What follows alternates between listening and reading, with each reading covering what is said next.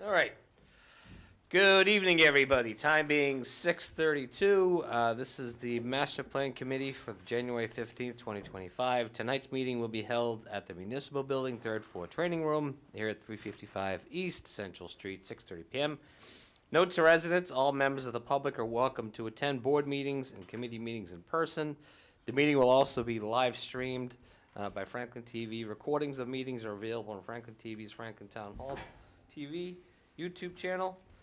Additionally, in an effort to maximize citizen engagement opportunities, citizens will be able to continue to participate remotely via phone or Zoom. Link to access the meeting tonight is on the agenda.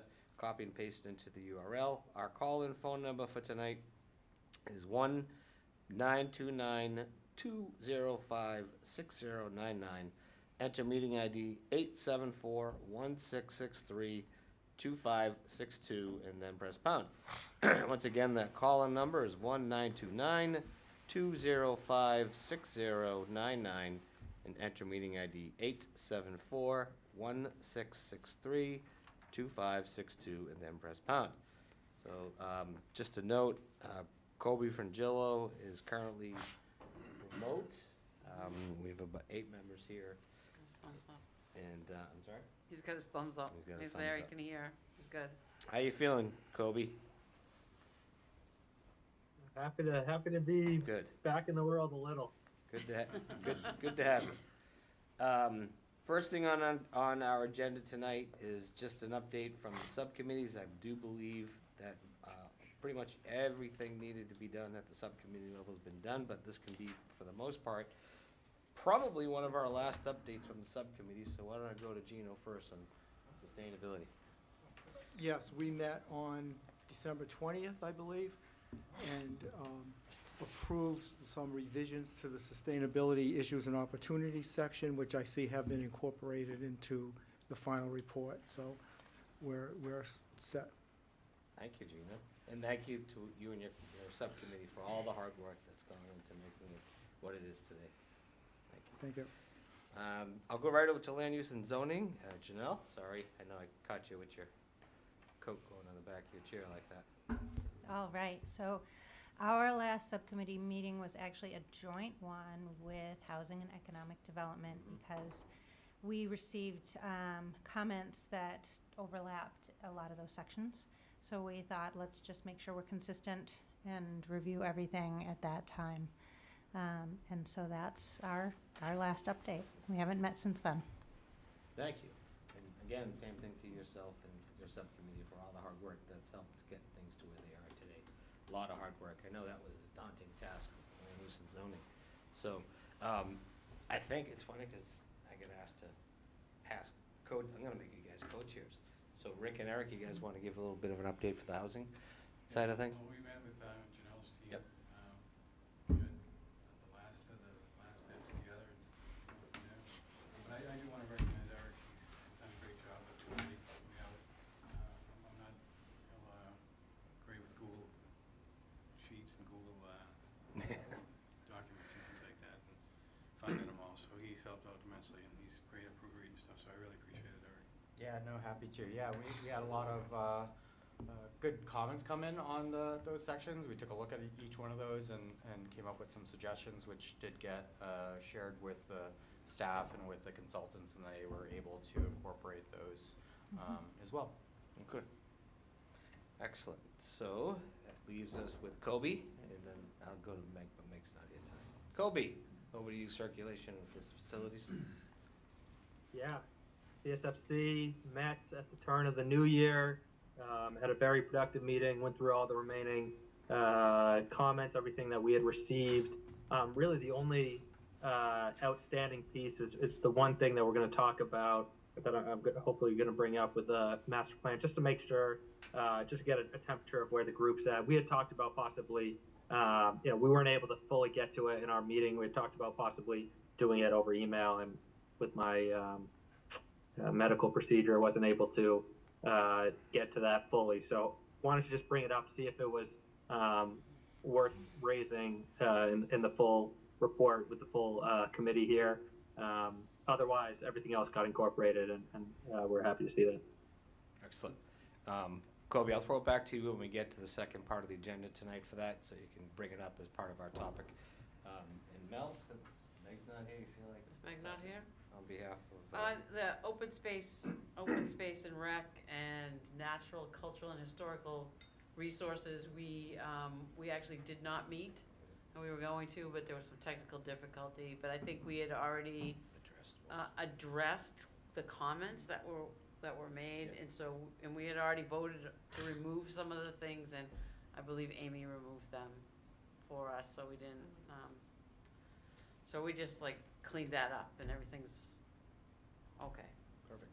So Amy, while we're still on subcommittee discussions, do you have anything that you want to add in regards to, for instance, changes that were made on behalf of the subcommittees that you made during the past month? Thank you, Mr. Chairman. Subcommittees responded to everything, and I really appreciate all the work that the subcommittees put in, meeting basically over the holidays to finalize this document. I worked with Beta and Barrett as well to make sure that they understood the comments. There were some outstanding comments, and thank you for all the members that responded on a few of the items that were confused. So I do believe, Mel, that Meg was all set with it. I think I heard from her that she was all set with the changes. So I have no comments at this time. Perfect. Thank you. Thank you, Amy. Also, just to note, members Erin Gallagher and Jen Williams are currently remote as well. Hi, guys. Good evening. Hey, I'll be there in person in an hour or so, but online in the meantime. No worries. We kind of just enjoy your decor at the moment. Is that virtual I'm behind at- you, or is that real? It's real. I know, I'm at I know. I'm at Intermission Cafe. My daughter's Oh, in okay. a class at FSTA, so I have to wait for that to be done and drop her home before I can come. Hey, Too we much can- detail, we but can never, Intermission we can never Cafe tell is these days lovely. with AI so Yeah. many different things. Yeah. You can be in Europe, but we wouldn't know it. So, Yeah. All right. Thank you, Jeff. Hi, Glenn, and hi, everybody. Hi, Erin. How are you? On my way home from FSPA right now. Ah, very, very good. Good stuff. I hope everybody had a good holiday. I apologize I didn't take a second to say Happy New Year to everybody. It was a good year, and we're going to have an even better year in 2025. All right, moving on to our second agenda item, which is the final master plan review. Behind me on the screen, there is an overview of what the front cover of the final draft of the master plan looks like. I'd like to just scroll down just to kind of show everybody how that came out. It is currently in PDF form, and it is currently and going to remain 292 pages long, which is, did we beat the last one, Amy? I think the last one was 256 or something like that. I got to call up Jeff and brag a little bit that we did more than he did on his last one. So, anyways, We added So- sustainability. that's true. Yeah, we we added added- sustainability. worked on it. Hey, but So- pictures don't count. That's So true. we're equal. Pictures don't count. So, anyways, moving on. Amy, I'll throw it to you first. To get started with the final master plan. Sure, thank you, Mr. Chairman. So, so we've been working with Beta and Barrett through, I think we started, back in July of Yes. 2023? And going through each phase of the master plan, we've had the public hearings, we've had public outreach, they've put together all the maps. I do want to just note all the maps have come from our GIS department. So they all are maps that were designed by by the town. And we're at the last leg of this, the final documentation. I think that we've incorporated as many comments as we can, and all the comments, most of them made them in, maybe not every comment makes it in, but that's okay. It's a moving document. I just want to let everyone know that this is a moving document, and even with some of the, the goals and the tasks, you may accomplish some of it, you may accomplish all of it. You may adjust some of them as we go along. It's a 10-year plan, and some of the items might roll over to 20, 30 years, which is great. And I think that's an awesome job by this committee planning ahead, even with the 2013 plan, not everything was accomplished in that plan either. And I think you guys kind of rolled off of that plan as well and took some of those ideas from that plan to roll into this plan. And, you know, the world's changing every single day. It's almost hard to keep up with everything going on. So I compliment this entire committee on doing a good job putting this together. Hoping to take final comments. Just to go over next steps would be to bring it to the planning board on January 27th, and they're the accepting board for the plan. So, thank you, Mr. Chairman. Thank you, Amy. And just to piggyback a little bit off of Amy, yes, this has been, you know, over 18 months of work that have gone into this. If you read just the first, you know, 12 pages or so of the document, you'll see all the various events, public input events, that we've had opportunity to hear from the community, with their feedback. A lot of hard work went into taking that feedback and putting it into this document in hopes of making this document a reality. Are there a few things that are in this master plan that may seem, for all intents and purposes, lofty goals? Sure. Yeah, I would totally agree that many of these goals may seem lofty. Some of them might seem, from a long-term perspective, potentially fiduciary challenging. But that's kind of the point of this plan, is to come up with a set of goals, lofty goals, look to the future on making the town of Franklin the city of Franklin, which is what we are, and ultimately give us some guidance based on what was ultimately the public's wishes. And tonight is a reflection of all that hard work and all that feedback and all that input. One thing I'd like to do is we have a couple of guests with us here tonight who would like to make some further comments prior to us going to the planning board on the 27th. I'd like to introduce Greg Rondo and Beth Whirling. Greg, one of the things that we like to do is get your input on the final master plan. We would love to hear what you have to say. Well, thank you, everybody. Did you want to go before me? Okay. Yeah, I didn't read the whole thing, I must admit. I did glance through quite a bit of it, but I know everybody put a lot of time and effort into it. I was on the original master plan committee, so I know what it takes. A lot of time and effort. There's a lot of, as Amy said, there's a lot of changes that are ongoing and upcoming as years go on. So it's basically, you know, you try to guide your way down that road, 10 years from now, 5 years from now, 15 years from now, and the potential growth of the town, and what's best suited for the residents, obviously. Part of our jobs are to look out for the better half of the town. That's our job, basically, to make what's right and make sure it's correct for the town and the residents. It's about creating good community. We have, we have everything to offer. That's why everybody still wants to come to Franklin. You know, school systems, fire department, police department, water, sewer, everything. 2 interchanges, 2 MBTA stations. So we have it all. Everybody still wants to come here. On the other end of the aspect, the potential growth that we're seeing as a board is escalated, as well as a lot of comments from a lot of the residents. There's a lot of pushback lately about housing. Why so many apartments, traffic, etc. We get a lot. As Amy said, we're going to get busy even more. So I think, for all intents and purposes, it's how do we do controlled growth? Is really what it comes down to. We don't want it to blow up. I was building back in the 80s and 90s when it was blowing up. It was 350 plus permits a year. It was busy back then. Yeah. Unfortunately, what we're seeing now is we're seeing sites that nobody touched back then. Irregularly shaped lots, water, ledge, properties that nobody really wanted to get their hands on. We're seeing the growth on those right now, which therefore it's affecting more and more residents because now you're enclosing in and around tighter areas. Right. You know, you're not in the outskirts. You don't have 10, 15, 20, 30 lots out in the outskirts anymore.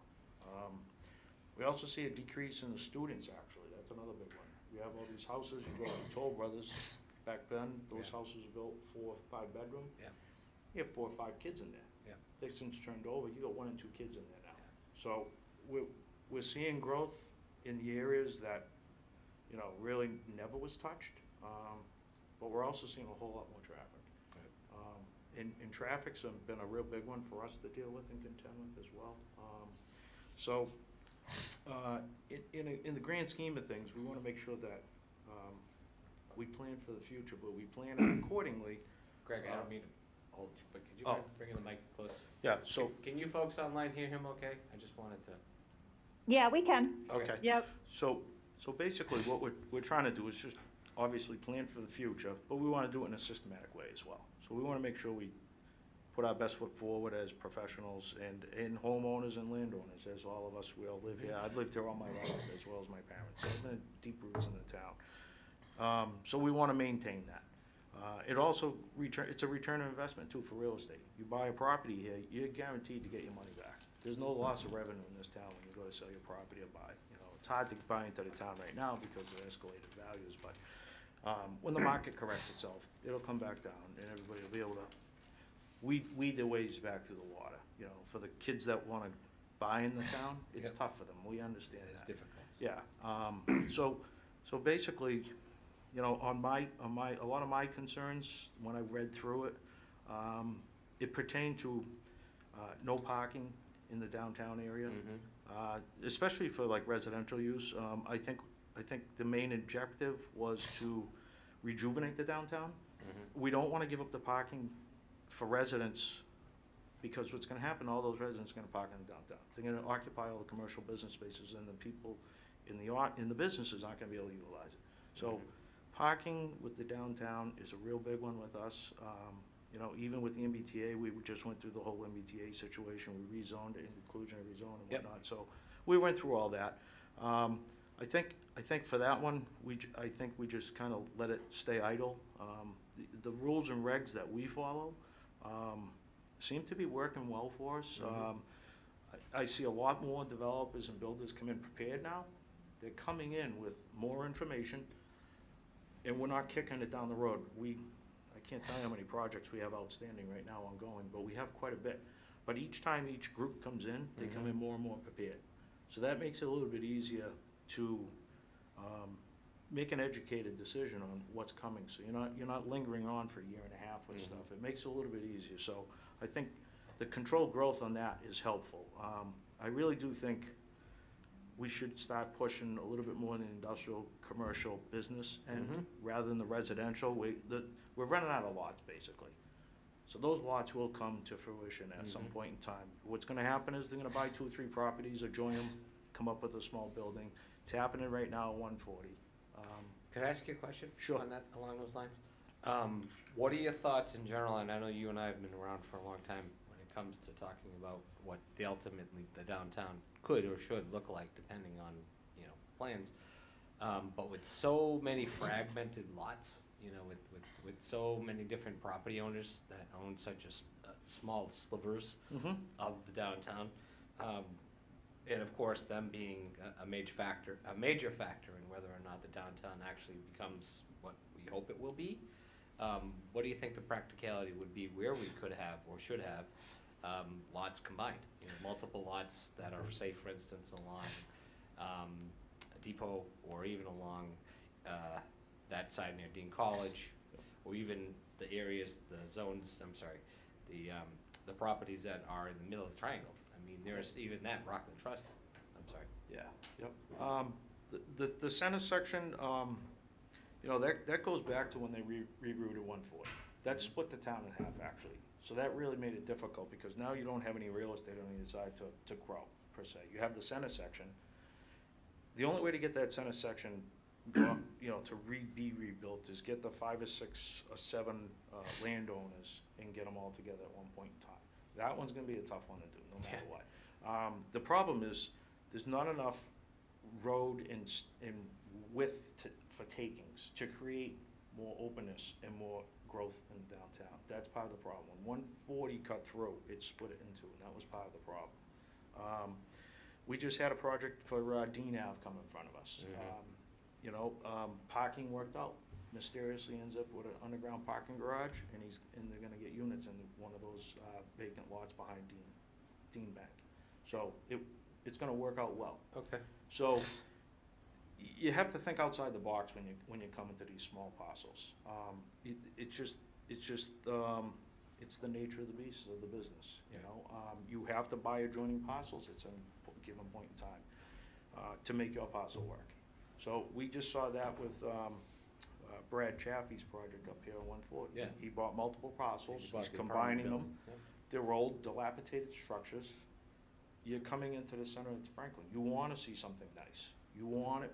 You got to rejuvenate it at some point in time. Yes, people don't like growth, but you also don't want to have CI eyesores when you come into town. So there's the trade-off.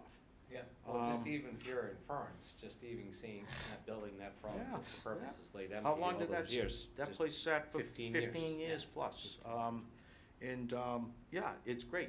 It got rejuvenated, brought back Clark Cutler. Look at Clark Cutler. Yep. Perfect example Yep. of redevelopment. Yep. I think that's the stuff we gotta actually start looking at a little bit more. It'll bring a little bit more business into the town. Mhm. And potentially it'll help the town grow as a sub-base.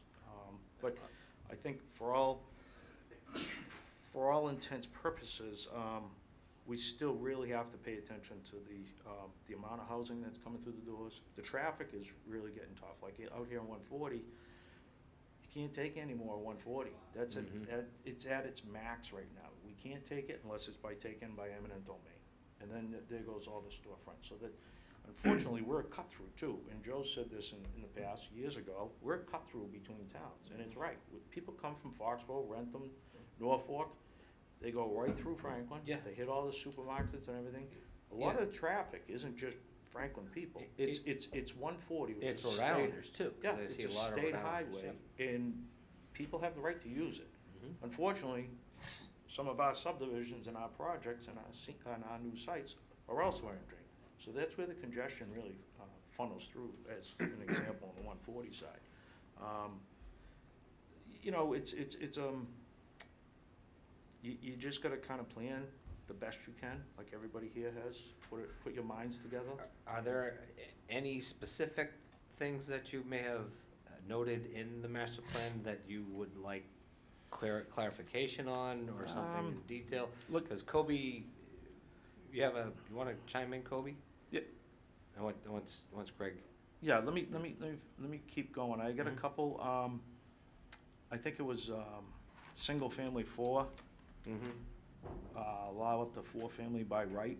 I'm not a firm believer in that, because if you have somebody who's been in town for so many years and an investor buys a property and then they turn that into a 4 family by right, you're not really helping the neighbors on either side. I think it should be under all permitting premises for all intents purposes.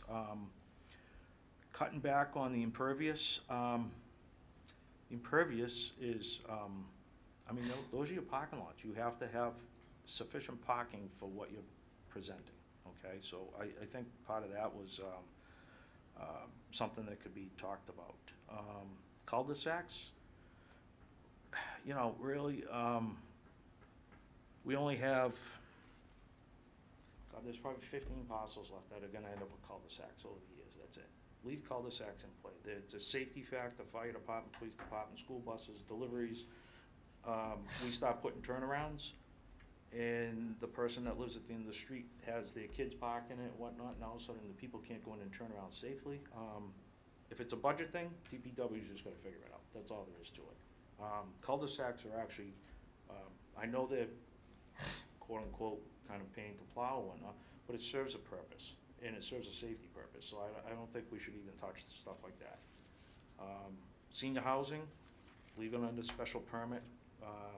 You know, most of our rules and regs have been working well for us, and you start rocking the boat a little bit, and you're gonna get a few projects in that you're not gonna wish you let through the door. And I think maintaining all the boards in their decisions, whether it be council, planning board, conservation, whatever, I think we really should stick with leaving all those regulations per se as it is now, because it's going through the proper channels. Like I saw one note was in reference to shorten the time frame for permitting processes and whatnot. I don't know if we wanna do that, because if they go from A to C, and B's not thought about, and B's not thought about well enough for, say, zoning or planning board or anybody else, we could potentially get a project that's not gonna work for the town. So I think the process that we follow is working well. I think all the boards seem to be working well together. I don't know if I'd wanna start creating shortcuts. Shortcuts only cause problems on the tail end, right? And it's just, I don't think it's a good avenue for the town to take. That's kind of it. I mean, there was a lot more, but, obviously, these are recommendations. These won't be followed to the, Right. to the T. But Correct. it's just, these are the things that, like Beth and I and the rest of the board see, and we've been seeing them for years. I just think it's a matter of, we hold where we are with how we do our business in terms of the regulations and kind of leave it at that. So we're not sidetracking, we don't have backdoor deals going on or anything. It's up front, everybody sees it, everybody hears it, and we're all voting in the same direction. That's pretty much how I came about with mine. Hold on one second, Beth. I just wanted to give Kobe an opportunity to respond to Greg's concerns about circulation. Kobe? Yeah, happy to. Thank you for the comments. I mean, super valuable insight from the chair of the planning board and a long time planning board member. So circulation, obviously we had many conversations about parking and traffic and how people move around the town, and got a lot of feedback both from the survey and from the open public meetings, and especially that workshop about people wanting to move around the town differently and have different transportation options available.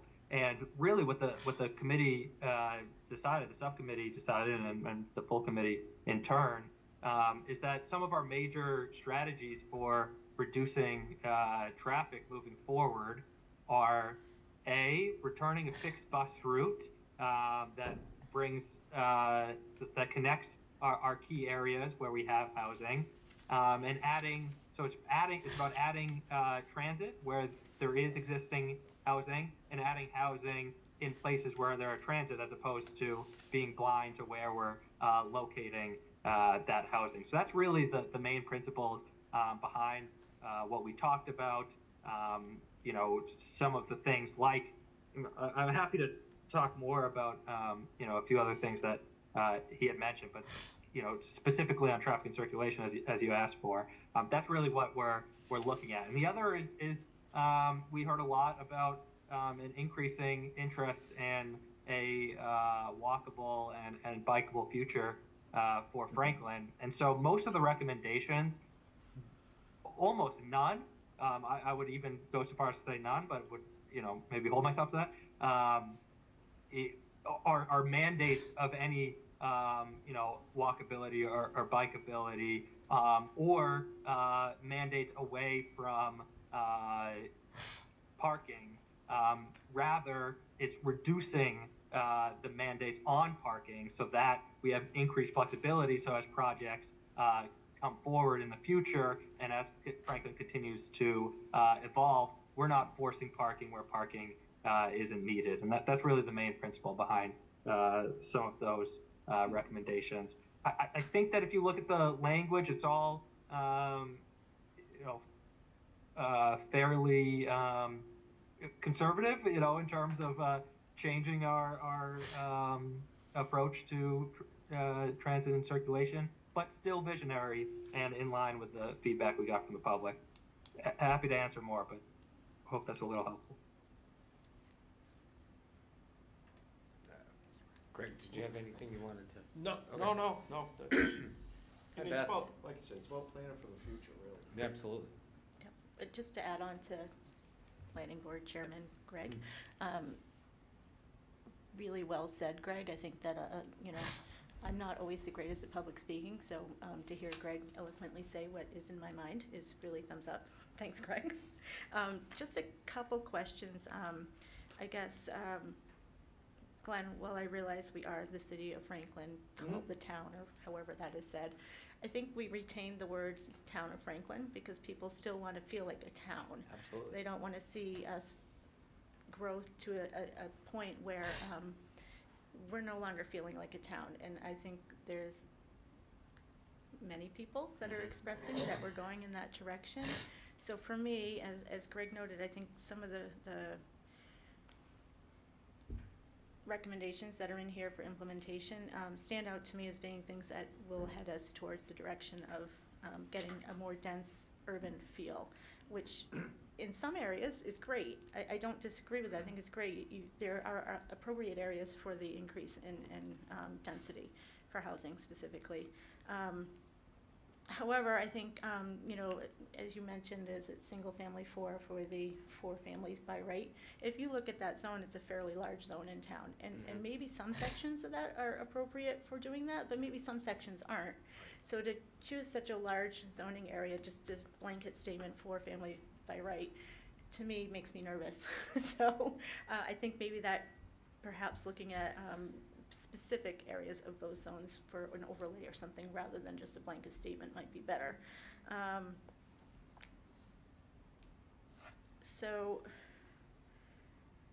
I think just a comment on what Kobe said about a fixed bus route service. Right now we have the Gatra Go.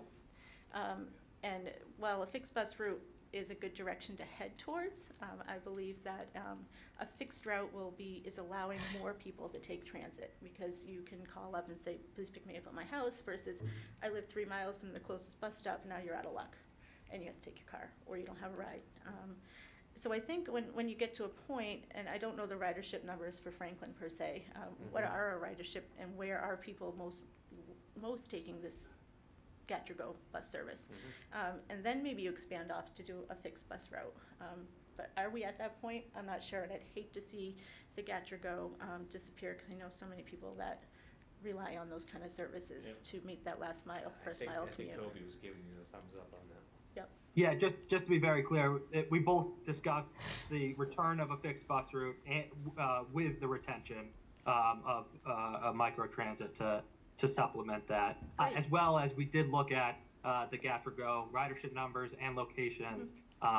The large majority of them are along the 140 corridor, which is why we feel justified, as well as the majority of the conversations that we heard, you know, particularly from our seniors, liking, you know, preferring the time where there was at least a fixed bus route option for increased reliability to get the majority of their trips done, while then having the microtransit be a supplement. We had discussions with Gatra, and we think this is all feasible. And again, this is just a master plan with recommendations and not actual changes. That's good to hear. I'm glad to hear that.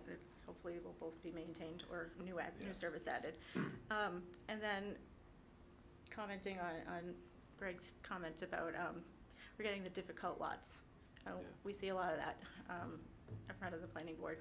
And I think we do a pretty good job at managing them, especially special permits. And I think when you have those challenging lots, it's not straightforward. It's not, here's a square lot, it meets all the setbacks, it meets every dimensional requirement, straightforward, good to go. So that's why I think some of the changes to allowing by right could be a little bit difficult because these are the complicated lots. And if they're complicated, you need a little more oversight.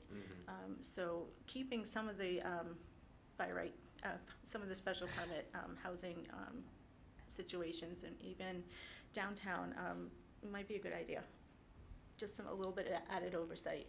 And in my opinion,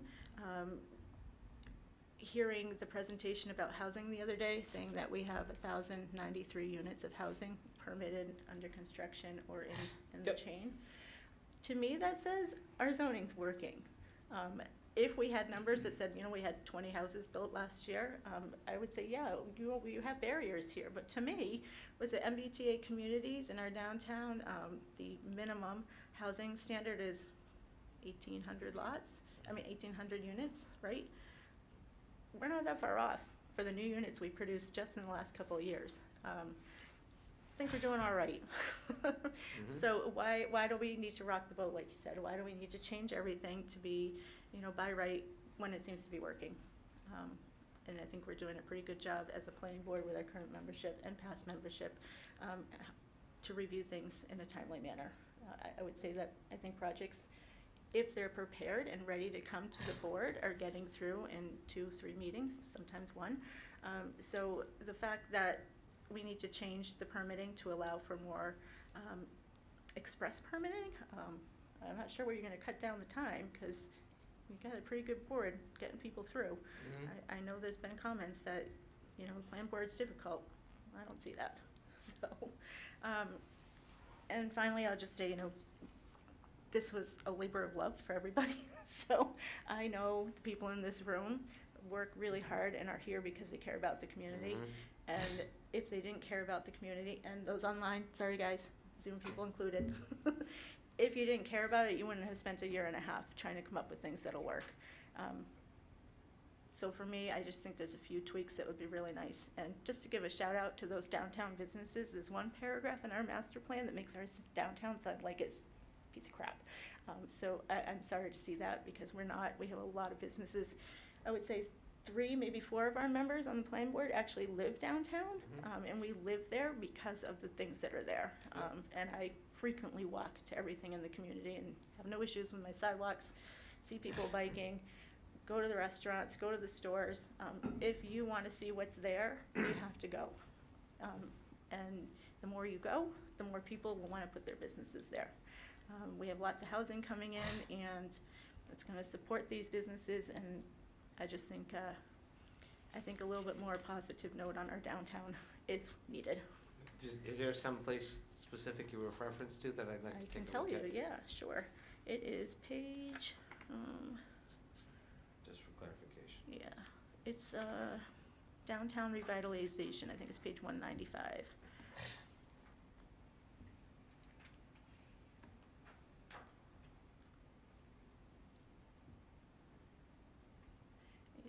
Unless it's changed with your updates. It's the very first paragraph under downtown revitalization. Looks like it's changed with your updates. I think the heading, Glenn, if you want to search for it, Yep. it was under the downtown revitalization.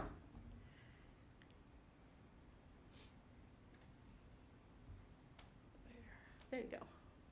So that particular paragraph, downtown faces various challenges, including traffic issues, true. Rundown storefronts, yes, there are some. Limited accessibility to bike or foot, don't agree with that. High commercial rents, I'm not sure what the rents are, but I'm sure that's probably true. And a need for additional shops and casual dining options currently hinder the attraction and retention of businesses and visitors and customers. Sounds like you changed the wording just a bit. I don't think we have a huge lack of stores that are down there. I mean, we've added a lot, and the notion of we're nowhere near where we want to be, it takes time. And you have seen, since the change in the circulation in the downtown, the changes that have occurred.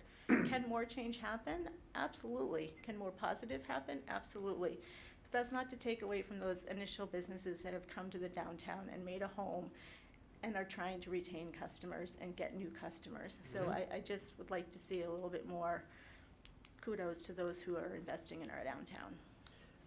I completely understand your comments. I think what the sentence is just trying to say is that if it faces these challenges, it doesn't necessarily have an overwhelming amount of issues. It just says it faces these challenges. But that's, for all intents and purposes, kind of a general term that you could say for any downtown. Traffic issues, run down storefronts. I agree with you. We don't have a tremendous amount of storefronts that look worn. I can think of a few that are. But for all intents and purposes, I think this just basically states that it's challenged to these similar type of, issues, economic hindering issues. Yep.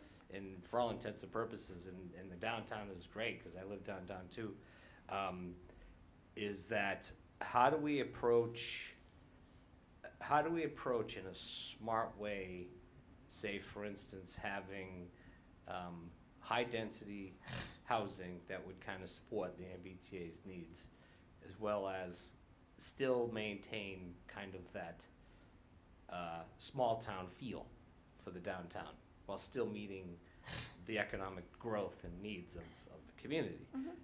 It's a challenge because, you know, I can remember back when I was on economic development, just trying to come up with ways to promote having people spend more time downtown.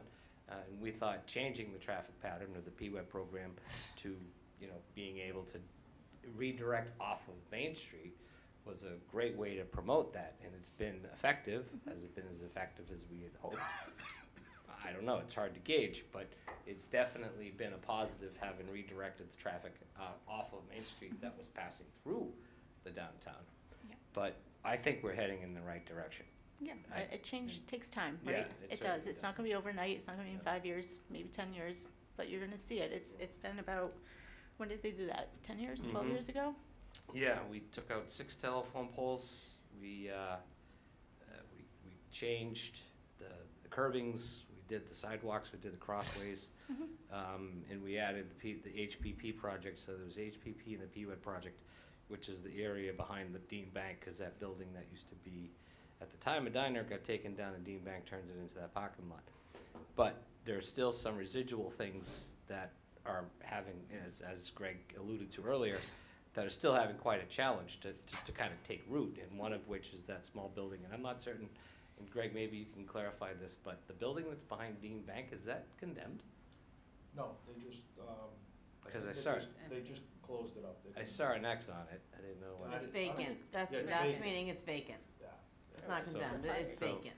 So There you they're, That's moving forward. they're meeting the vacant open law, I hope? Yeah. Okay. No, The And building that's a commissioner But put that that's- up there. See, that's a perfect example. It's a perfect example. of a rejuvenization of the downtown. But this is where, the mix comes in with a mixed-use building. That's why when somebody comes in front of us, we want more, commercial business space on the lower level. We don't want just 50 square feet and say you met the regulation. Right. Yeah, I agree. My personal opinion is it should be 10 to 15% of the actual square footage of the building. So you come in 10,000, you gotta cough up 1,000 square feet. Make it so somebody wants to go there, but yet you're also gonna get a little bit of the benefit on the other end, on the residential side of it. So it's a split, but that's how you're gonna rejuvenate the downtown if you're gonna do it. And I'm not saying blow up every building in the downtown and do it that way. That's how most towns and cities actually, get their downtowns back on the map. You see it in Medfield, Westwood, Needham, Natick, not so much Dedham, but you're seeing a lot of that as an example in Walpole. There's a lot of residential uses, but there's also a lot of downtown businesses that are coming in. If that's the course you wanna take, you gotta do it in a controlled way. You can't just go flat out and do 5-story structures all over the place. You wanna maintain the, that town feel. You don't want it to be a city, and I think that's what Beth was alluding to as well. Yeah, change is inevitable, but you also wanna do it in a form and fashion that makes sense for the town and for the resident, okay? Wholeheartedly. It's not just about, builders coming in, build it, and 2 years they're gone, and we're left with the buildings. You gotta think of the downtown, you gotta think of the future, but you also gotta think of the residents of the town as well. And I think that's kind of where we're trying to drive people to. If you want it, these are the things that you're gonna have to start doing in order to play cards and play in the town, because it's just not come in, build it and take off, it's come in and stay here, and that's the idea. We want good builders and developers to stay in the town, that's all. Glenn, just to finish my comment Yep. on the, Oh, sorry, well, no, comments. you're good. I liked your comments. I understand the wording face is challenging. Yeah.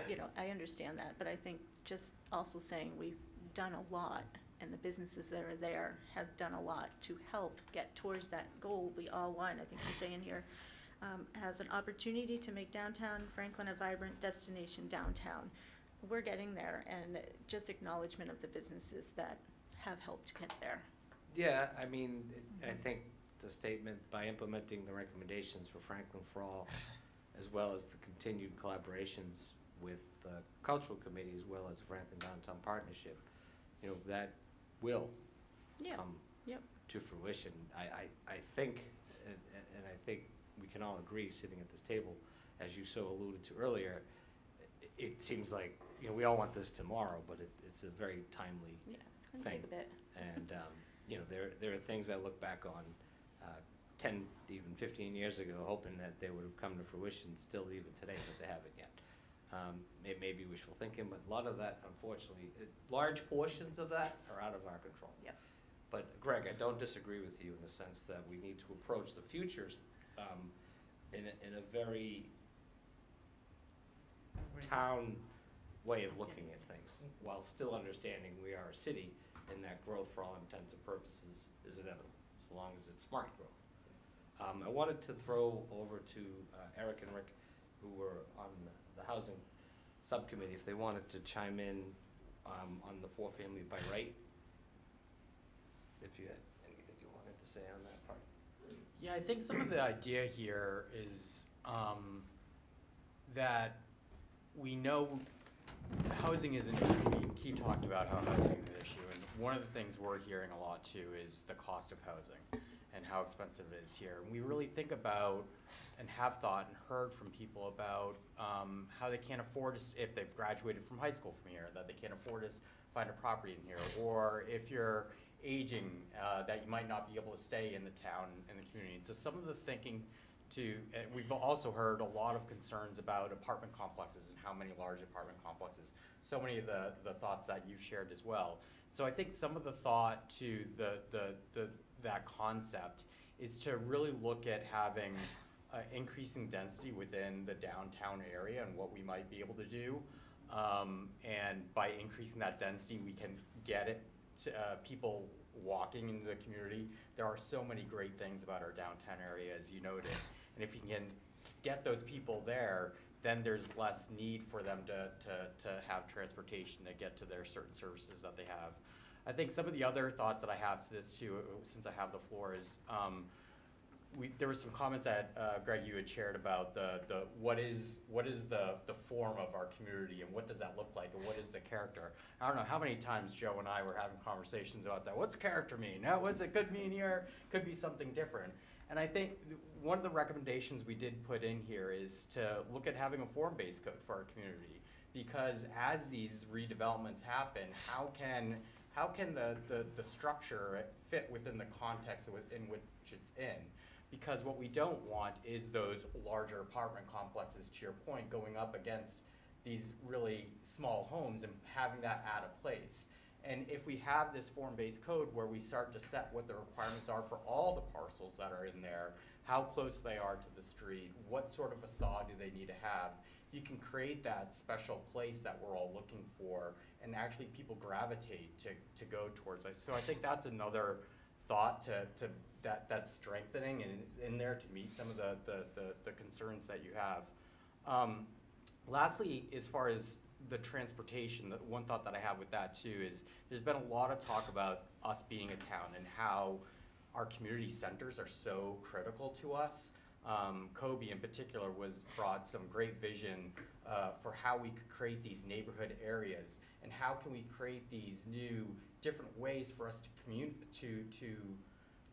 or to transport ourselves within those communities, such as having more pocket commercial areas so that people like myself that live down off of Washington don't have to drive all the way into town to get our services. There might be something a little bit closer with sidewalks that I could walk with my family to go get an ice cream or something like that.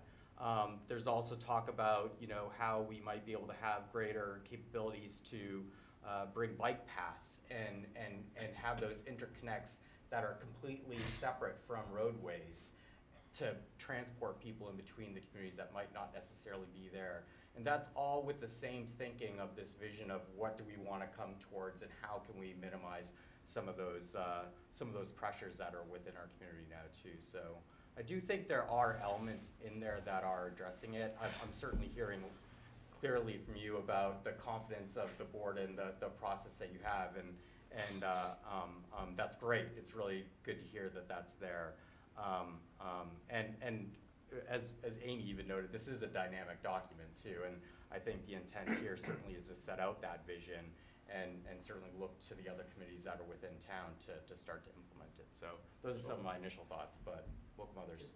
Can I chime in on one thing, and you kind of hit, and that was Colby's comments as well, zone. As a perfect example is the redevelopment of the mill store. Creating a zone down there now, okay? There's gonna be a little bit of mixed use in business and in residential. So those zones are gonna start cropping up. We're seeing them now as we are. So different areas. Way back when I was in the master plan, perfect example, variety stores. We left the ones down on Pond Street, Lincoln Street, Washington Street. We left that so everybody doesn't have to go to 140 to go to these areas. So I think you get areas like Clark Cutler coming in, you have areas like the mill store coming in. Those are gonna start promoting general little villages, if you really wanna think about it, little general areas that people don't have to go outbound to create more traffic. And that was the train of thought way back when too. Keep them in the general area that they can travel, you know, take their bike or whatever it may be, or walking past. But we're seeing some of that come through now. But it's, like Beth was saying, it takes time for change. But you also could want to do it in a fashion that it makes sense for the town. And I think that's the avenue we're taking. I think in terms of the comment about the higher density in the housing, we're seeing a lot, the ADUs, you're gonna start seeing a lot more of that coming in. So you're gonna start seeing that, the higher density level come down a little bit, because the kids or parents are gonna be able to have an ADU on their property at this point. And I think we asked the building commissioner just at one of our last meetings, I think he said he already had 15 inquiries, just actually in the last, 2 months, a month. So you're gonna start seeing a lot of that creeping up. That's one of the things that we're trying to control in terms of what you do with your neighbor next door. That's about the the by right. That's what makes me nervous. An ADU, you know, we were pushing for family, and not just have investors come in and buy a property, put an ADU, and then next thing you know, they're subleasing it to everybody. We don't want that as a town, okay? And I'm pretty sure everybody in town would say that. We want a family resident, say your parents or college kids that just moved back in town, or just newlyweds who are saving money. That's what we're trying to promote. All right, we're trying to promote the downtown. We're trying to promote growth from within, so the kids can stay here and the adults can stay here. So I think you're gonna start seeing more of the ADUs take over the higher density that everybody's trying to project, if that makes sense. Yeah, it's great. Yeah, no, I think we had some comments about that, the ADUs as well. So that's all positive. So I think a lot of what you're saying there is in line with it. I think the one area is really this, you know, by right perspective. You know, this is a recommendation going forward. Any sort of action obviously does need to happen at the planning board level to implement it too. So and some of the thinking here too about these neighborhood zones too was to not specify any specific areas, but because we recognize our process was only a year and a half. You know, it sounds long, right? But there's a lot more stakeholder engagement with our community that needs to be had to identify those locations. How big is it? What does it look like within those communities? And that was done intentionally so that even beyond this document, there can be more engagement about what that might look like for us all. Thank you. Is there any other member on the committee you'd like to comment on this before moving on? Joe? To what Greg was saying, I don't know if you're aware, but the state overrode those ADUs. ADUs are gonna be as of right. I know that, that's what. Nobody has to live in the home, the primary owner. Investors can come in and buy a house. Already passed add the an bylaw. ADU. Yeah. Already passed it. Yeah. So We I know weren't it's in favor of that. Right, it's already in place. But it's already in place. I was, That's sorry. okay. State regs. State regs. Well, unfortunately, a lot of the state regulations are falling down, and they're pushing back to us, and they say They you have to take it or lose grant money, as an example. Yes. They're holding the towns hostage. Yep. I don't believe in that. I don't Yeah. think that's the proper way of the state managing all the cities and towns, but unfortunately, that was pushed on us, and Joe, that was our thought. We wanted to keep the family members there. We didn't want the investors coming in and buying up all these properties and creating havoc in the town. So that was the biggest. We just had to revise that wording last council Yeah, meeting. yeah, it came through to us, yep, so we already. And what's came happened is through. that the communities who are trying to make it tough, they're actually creating a problem that they're not aware of, and this will happen, and you will see this within a couple of years, mark my words. Because the towns are pushing back. Governor Healy's gonna stroke a pen that's gonna raise the 10% to 15% and open up a lot of land for affordable housing. Say, sometimes you gotta be careful what you wish for.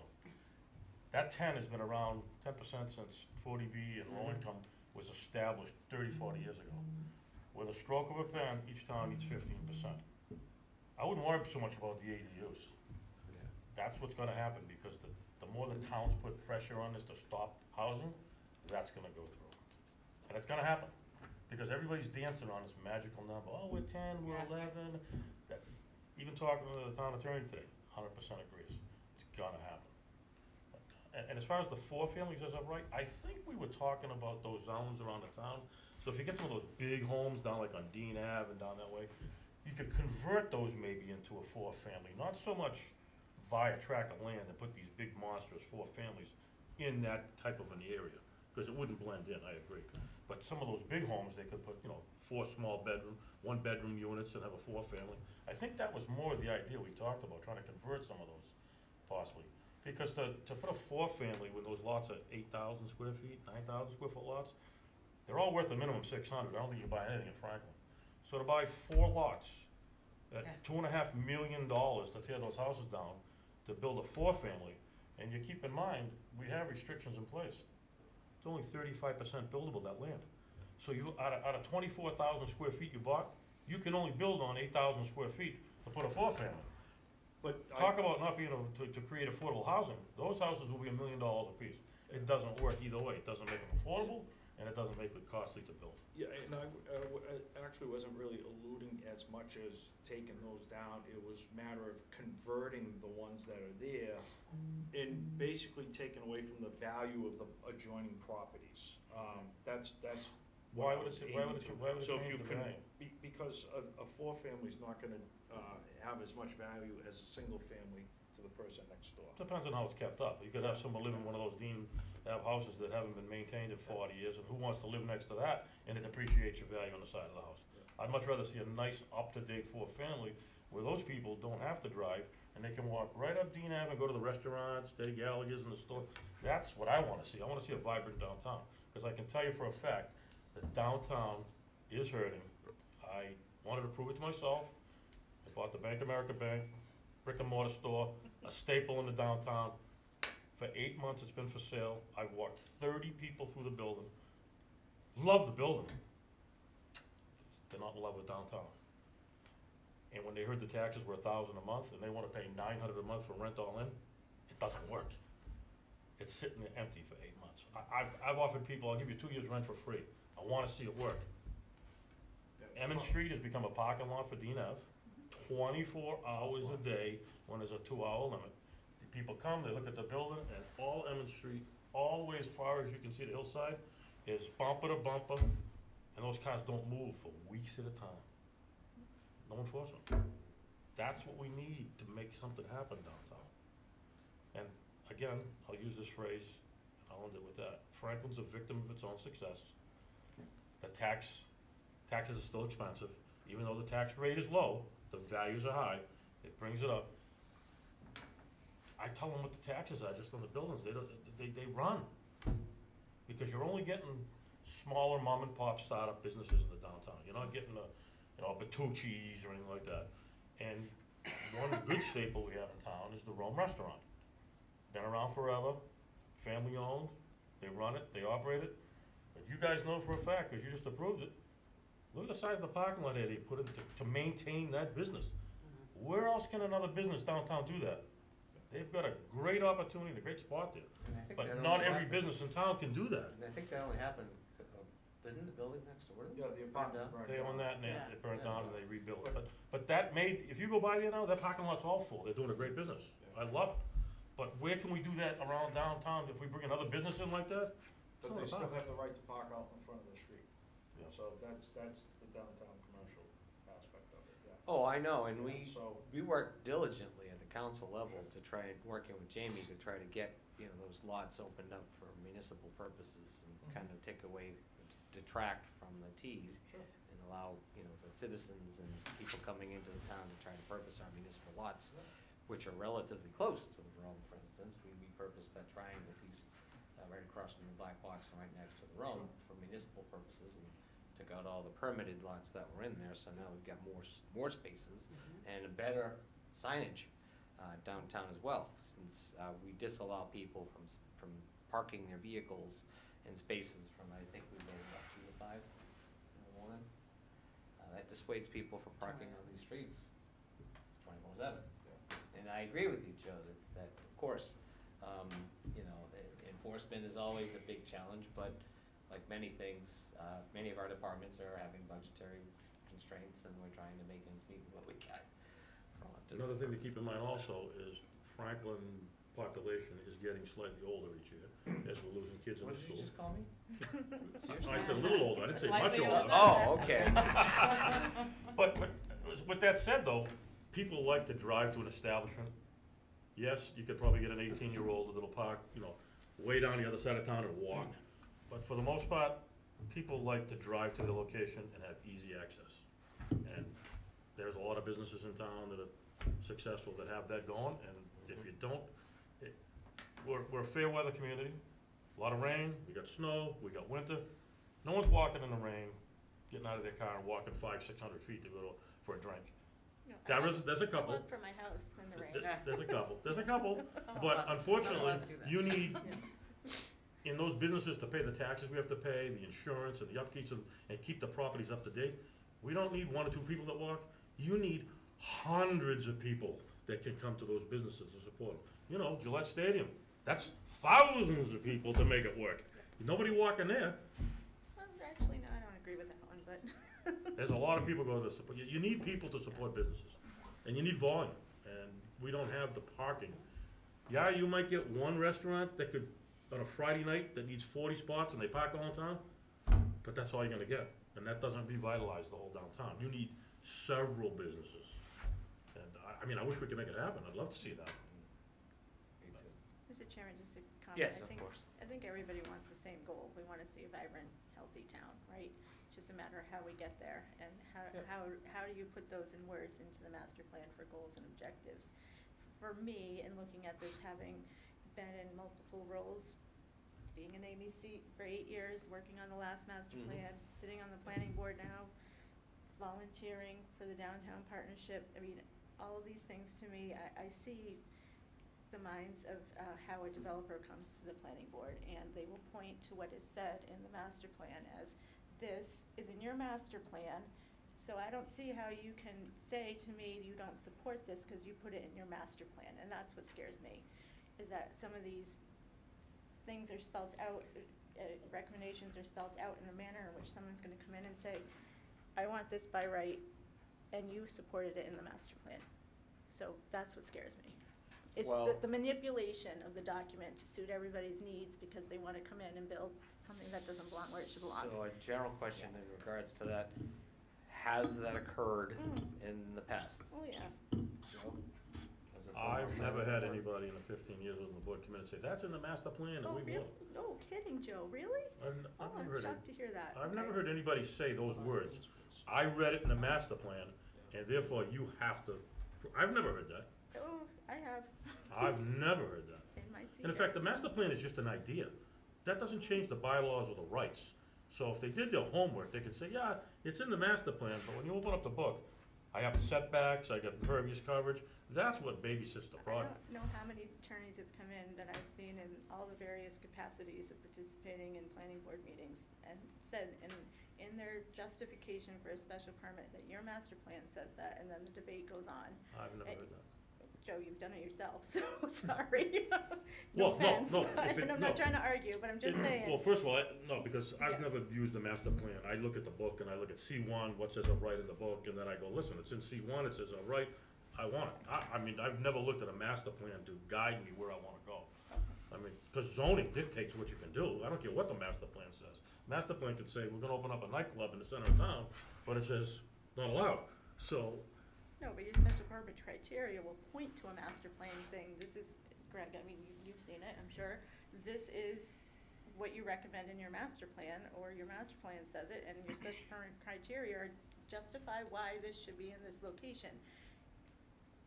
the master plan is not the bylaws that we go by. It's just an idea of what we'd like to see. No, trust me, Joe, I'm well aware of what a master plan does, I get Yeah, it. but I mean, But but then again, I like that idea of that dream, because we attract developers that say there's potential in Franklin.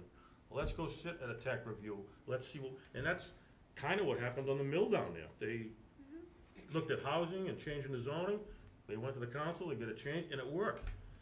So it gives people an idea, but it doesn't necessarily mean that the master plan gives you a right to build anything. I'll use that quote in the future, thank you. Okay. On that note, is there anyone else who would like to make any further comments on what's been discussed, on the thoughts, opinions, and ideas from the planning board? I'll throw it out to Erin, Kobe, Jen, anyone in Zoom land? Yeah, I think it was a great conversation. Sorry, through you, Chair. But Yes, of course. yeah, I think it was a great conversation. I appreciate my colleagues, and I obviously appreciate the comments. There were just a few other ones that had come up that just weren't mentioned that I just wanted to make sure we had talked through. The impervious coverage piece, I think all that's done on impervious coverage is we actually say to relieve the maximum impervious coverage. So, you know, I think Greg's comments was about like, you need impervious coverage to have parking and things that you need. And I think that this aligns with that value, right? It's about increasing the allowable impervious coverage just in the key areas downtown, as well as the cul-de-sac. I don't think, and maybe we need clarification. I was going through and just double checking. I think all we say about cul-de-sacs is where practical, reduce their width or use in regards to impervious coverage, impervious surfaces. But I don't think we recommend any radical departure from cul-de-sacs. I think Kobe, there was one that said that promote turnarounds instead of cul-de-sacs. I think it was It was hammerheads, right? Where yeah, it was practical, hammerheads. TC have It's T intersections circle. over cul-de-sacs. I think it was TC 3.4D, if I wrote my notes correctly. Okay, that's Yeah. helpful. And yes, Colby, the idea is to utilize a turnaround if necessary, a two-lot subdivision as an example, like we just had. But on a larger scale, you just gotta be cognizant that, on the safety end of it, you gotta make sure, you know, and I guess, what I've been seeing a lot of, and I think people gotta be, aware of, home delivery services is getting out of control. FedEx, UPS, Amazon. Amazon's in everybody's subdivision 5 times a day. We gotta take that into consideration, because if you get kids getting off a school bus, as an example, and they're walking down the street, you got these delivery drivers, and not just that, but Amazon guys are in cars, private cars now, flying up and down streets.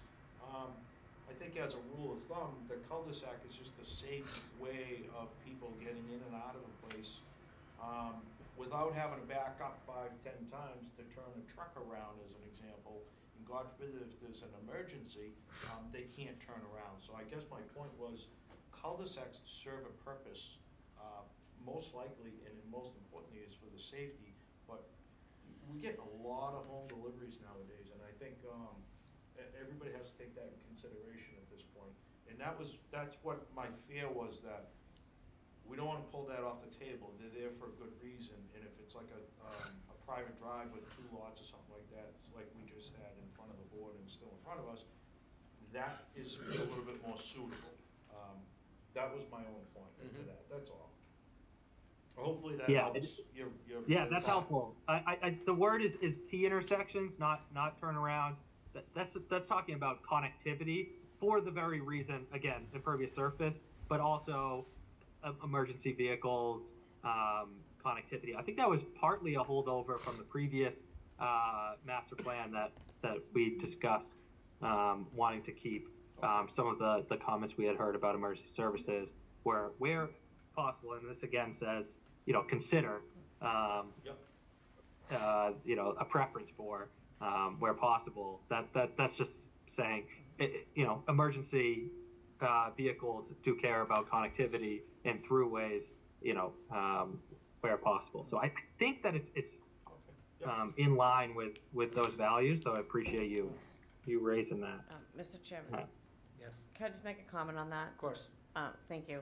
I think that this kind of backtracks all the way to Beth's comments about, I do constantly see applicants come in and say, well, this was written in the master plan, I wanna do a hammerhead, I don't wanna do a cul-de-sac. It's been a recommendation, even though it's not accepted by the bylaw, we do see that constantly. I think something like this is, the economy will direct us where to go with this. Depending on the delivery trucks, who knows when the drones are gonna come around, and then maybe, is that 5, 10, 15, 20 years, when those come around, then do we really need one? And, we can't really plan, we're planning a 10-year plan, but we don't know what the next 5, 10 years is going to actually be at the end.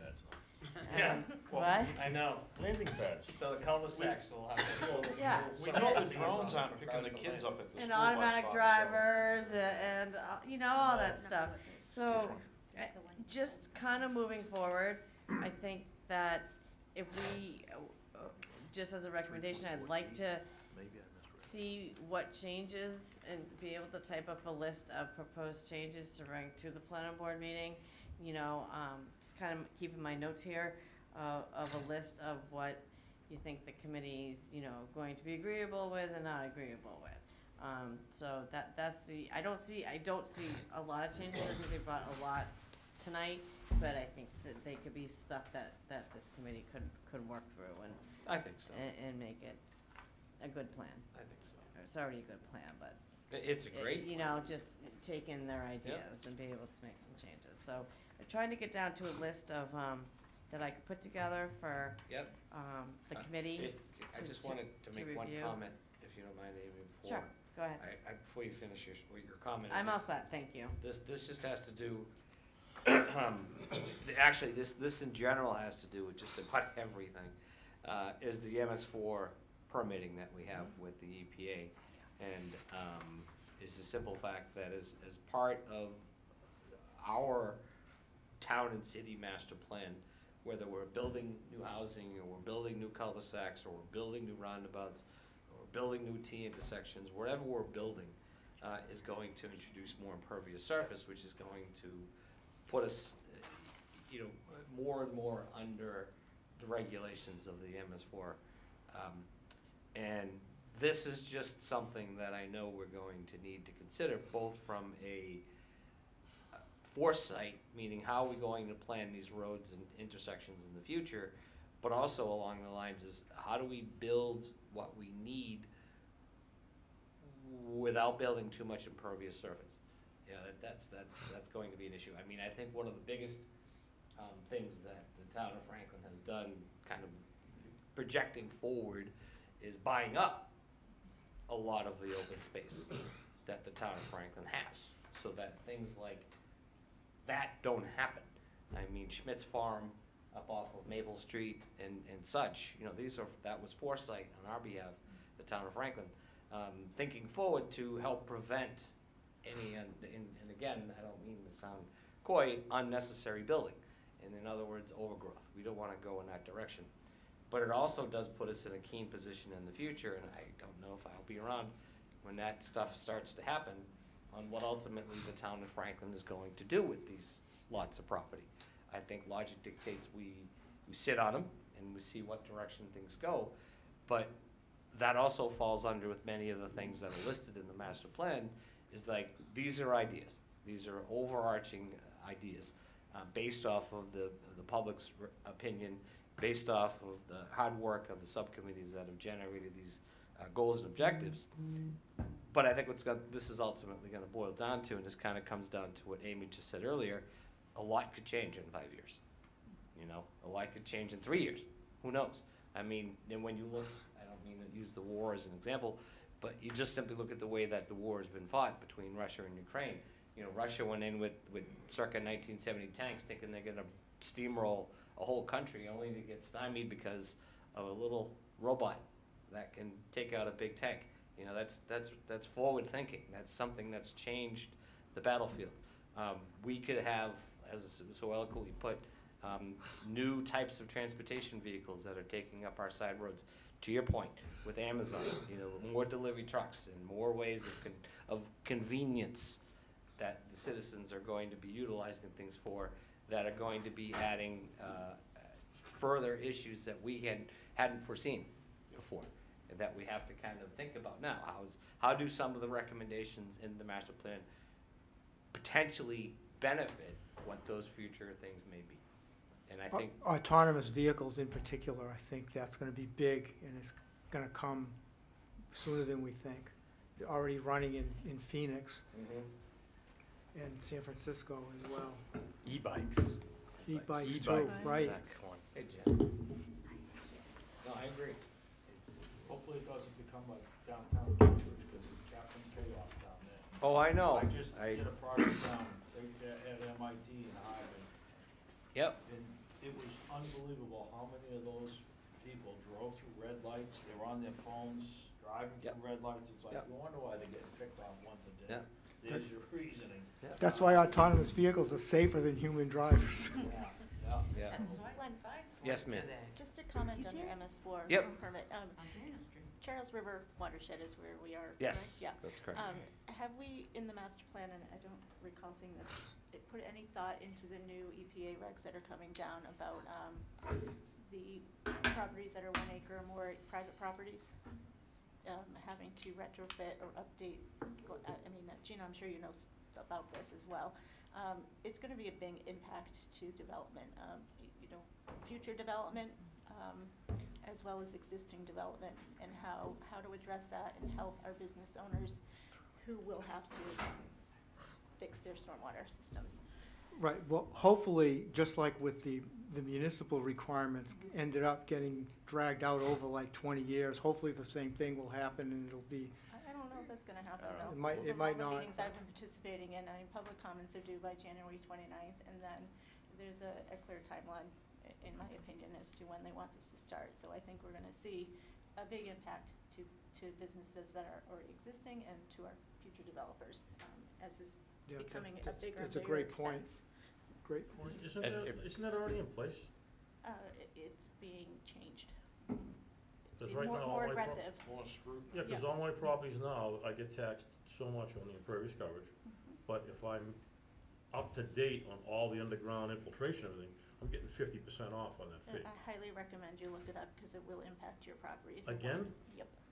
Really? Significantly, and you'll have a certain number of years to come into compliance, and. Well, why are they saying? You're talking about a town program, she's talking about an EPA federal EPA program. Yep. Well, I thought that fell into the Charles River Act, what we're doing, because we have to comply to. Look it up, Joe. I'll send you the link. You can look at Cape Cod. Yeah. Cape Cod's dealing with this big time Yep. on their sewer and infrastructure that they need. They're looking at, you know, town by town, looking at how they're, you know, depending on which catchment area they're in, and how that's gonna affect residential homeowners and their septic systems even. In the public comment period that's happening right now, they're asking for comments on whether they should apply this to residential buildings as Yeah. well, so, I would look at it. Yeah, I thought I complied with all the new, You You probably do now, comply right but now, maybe- but you won't comply in the future. well, if they change, right, well, I complied with all the new regulations that are in place. Right, and there's newer ones coming. So how change? So I don't know, Nitrogen, maybe if that's something nitrogen. that could be thrown in there last minute, but it might be something worthwhile thinking I'm about wondering how that adding. would affect, like, actually, you guys, I think, just approved the place up in the center of town, their drainage is under the building. How do you change that once the building's in place? You can get credits too, so if you have things that are already in place, you can get a credit for what you've already done. Oh, so you just pay a fine, is what you do? You'll, No, Joe, you just pay a fine. And it's not well, what I going mean up. is if you comply so much, you probably have to pay a tax on what you don't comply No, with. it's not, And that goes you're into a, not paying, you're improving your property to meet the current standards or the new standards. Okay, folks, I Yeah. don't mean to. Yeah, but just a thought on that, the Yep. MS4 permit, it just Yep. brought to mind, how will we address that going forward? No, that's a good question. Amy, can you note that? Yeah, but honestly, I just missed the one comment. I just caught the tail end of it. So I know Glad what I- to do. Is it with the MS4 or it's with the state? The EPA regs. Hold on one second. EPA Kobe. regs. Go ahead, Kobe. Yeah, I think it's partly covered. It's really just whether it would be a sub-action. We knew that there was some discussion with EPA. This came up. CSF, this was under my committee, CSF 3.4, maintain and update the town's stormwater and roadway drainage systems and bylaws to meet future state and federal regulatory requirements. That's what that was getting at. We didn't know the full shape of them at the time. It seems like we still don't. But I remember that comment came forward, and so we have sort of a catch-all of just making sure that we're updating our stormwater Does it say EPA? approach in line. It doesn't, but we can add. State and federal. State and federal? Federal is, yeah. So it's covered. Okay. Federal. So it's covered. And I'll just note that EPA is referenced on page 139, talking about in the wastewater description that we belong to the Charles River Pollution Control District and so forth. So it outlines some of the agencies that we do have to comply with. That's correct. Good. Jen, did you have anything you wanted to throw in tonight that I didn't have it, since I apologize, I know you. No, I've been on the entire time, like literally till I walked through the door. I just switched to in person. But I mean, I think everyone's aligned with the same goals, right? It's just how do you word it and how do you identify what those goals are and how they're implemented over time to achieve what everyone's looking to do for the future of the town of Franklin.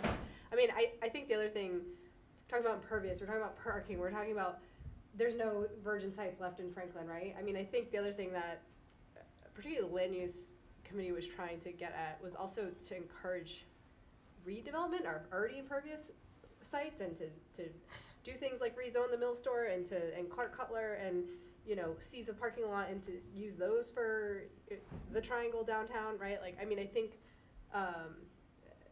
that is, you know, redevelopment at its finest is to take what's already there that is not working well from a number of different perspectives and improve it as a priority or a ideal starting point versus taking a forest and turning it into a subdivision, right? So hopefully that comes across, and I think there are a lot of goals aligned with that.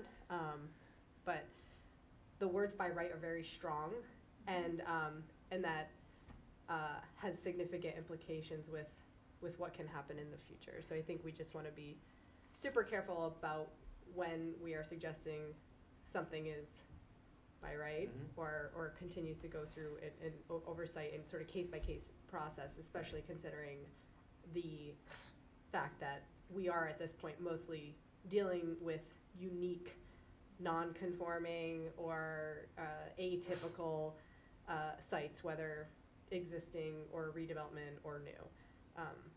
So.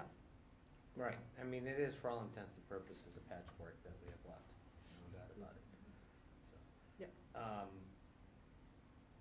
Erin or, I don't have my glasses on, I can't even see Yes. that far. No, Amy Johnson. Online. Oh, She got, Amy all right, Amy Johnson, I'll just reach out to anybody who's on Zoom before we kind of start to wrap this up. Erin or Amy, or nine, I don't know who No. 1908 is. Nothing for me Okay, on this. thank you, Erin. Maybe, okay. Well, there's nobody asking any further questions.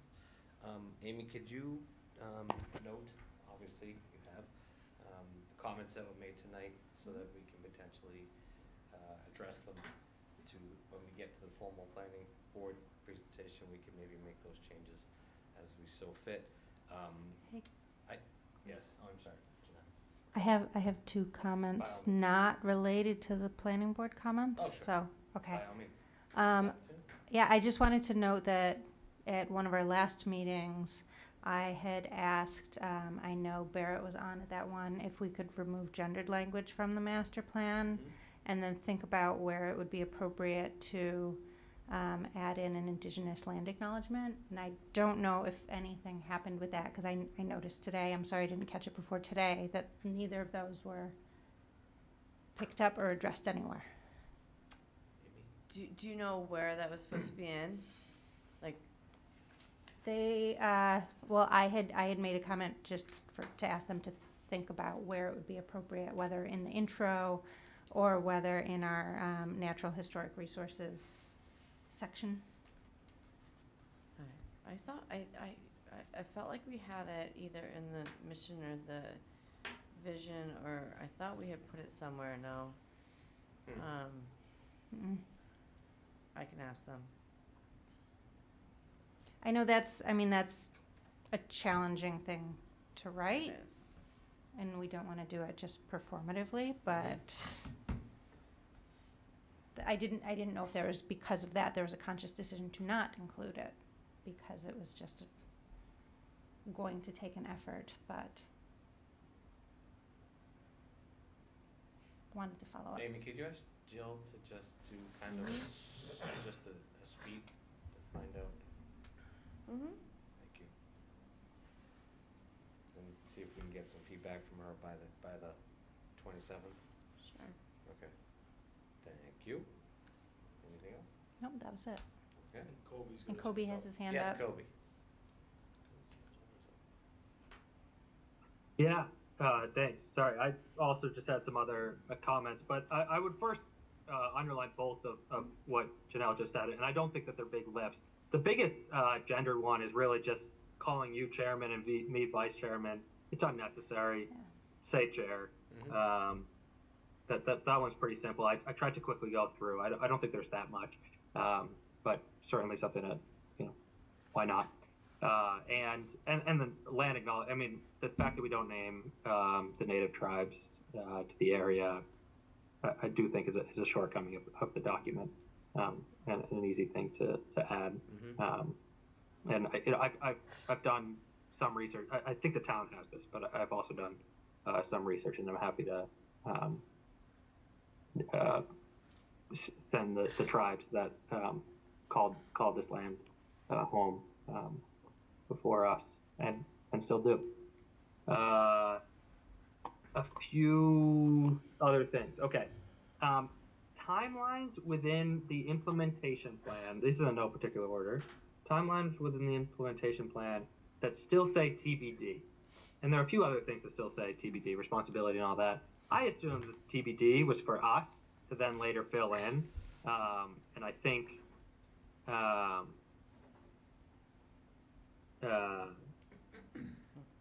I think we haven't in a lot of places, and they just kind of feel unfinished like that. I don't know. I just don't see, unless they were intended to be TBD for the long term. But I think that we could answer that. Very formal term for finished Amy? master plan. Sure. Thank you, Mr. Chairman. That actually is in there for a purpose at this point. Just not knowing when some of those things can be accomplished. Right. Okay. If we want to replace it with long-term, because I don't think I can identify a short-term, medium-term, and long-term. So, Got it, What got about future? it. Okay. All right. or Helpful. future. We could put Oh. future instead of TBD. That's a good idea. It's okay. No, I'm not offended by. I'm not either. I think it is Okay. because it is to be, because to leave it TBD or to leave it to be determined could mean it may, depending on what the specific task is, it may end up being a medium-term goal. Mhm. It might not necessarily be a Right. long-term goal in the Right. long run. It might be So something it that- wasn't based on the committee responding. No, it was it based was on just ultimately where the outcome of the the plan. planning department and the town as a whole look at the Mhm. master document and looks at this particular task and says, okay, yeah, this is something that we might be able to take on now, and it might only be 5 years from now. And it might even be something that's in the master document that was originally thought out to be long-term goal that may end up being either a shorter or even a medium-term goal, depending on where we are 5 years from now. That's how quickly things change around here. So I'm okay with it, but I understand your concern, Kobe. Kobe, Yeah, sorry. it was more just a question. I Go thought ahead. it was Yep. And did a you have something reminder else? for us, but if it's not, that's okay. Yep. S 3.3, S 4.3. This is sustainability. 3.3, 4.3. Both of them end in ellipses. This is something I meant to call out earlier, and I apologize. it just feels unfinished. Again, I assume that they were placeholders to come back to. Good catch. I don't know if we ever did, or they could. Most of them could actually just be cut off the last word, put a period in, and leave it at that. But it feels unprofessional. I'm pretty sure that I had filled in language on those ellipses. Maybe I missed that one. That's But- my recollection as well. Yeah, yeah, we definitely had filled it in. It didn't get Okay. incorporated. If you want to send that to me tomorrow, I'll Yes. get it over to Jill. Okay. Yeah. Okay, yep. That would be great, thank you. Mhm. Thank you, Amy, doing that. And good catch, Kobe. You get Hawkeyes over there, we're gonna start calling you Hawkeye. So. All right, what else you got? Okay. A small ask that when we put the PDF out and publish it, that we include internal hyperlinks, at least to the Oh my Yes. gosh. headers. I tried to the do that, and I was like, it's not working. Yeah, that was my same thought, I agree, Kobe. To hyperlinks to whereabouts?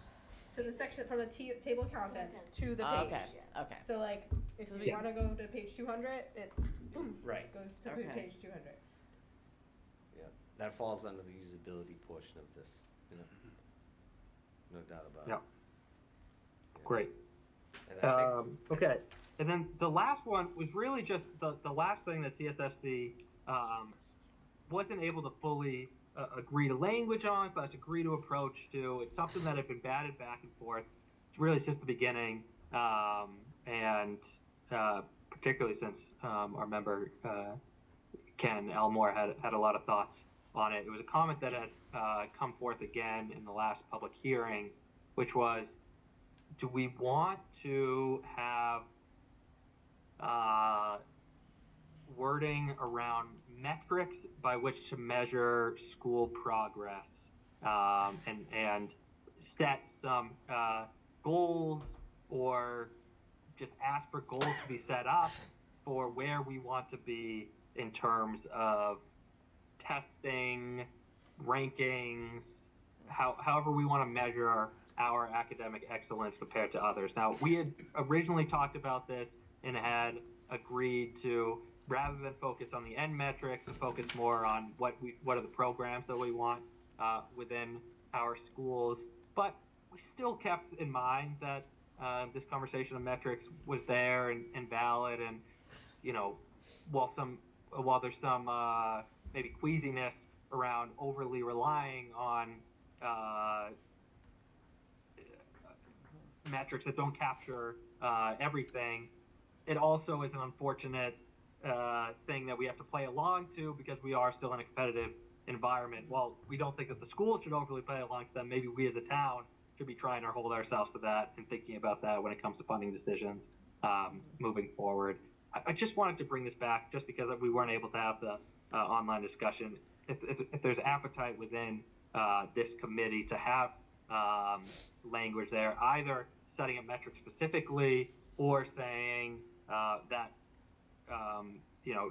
metrics like these should be set up. Happy to clarify that if needed. But that was just the one other thing that we weren't fully able to get to. okay, Amy? Thank you, Mr. Chairman. Glad you brought that up, Kobe, because I was actually talking with Jill and Jeff yesterday. Yeah. She also emailed. Yeah, they also brought up that was like one of the last outstanding items from the CRM that everybody had been working on. Based on their recommendation is leaving out the metrics, but somehow referring to the school department should have a full report and what they expect for their metrics and for what they expect in the future, and I believe they do. It's something typical that I think a lot of school systems do, and maybe more referring to that than specifically getting into measuring the metrics, because the town itself will not measure the school metrics, but the school department would, and I do believe that there is a plan out there that would do that. So more so referencing the plan than being specific into those items.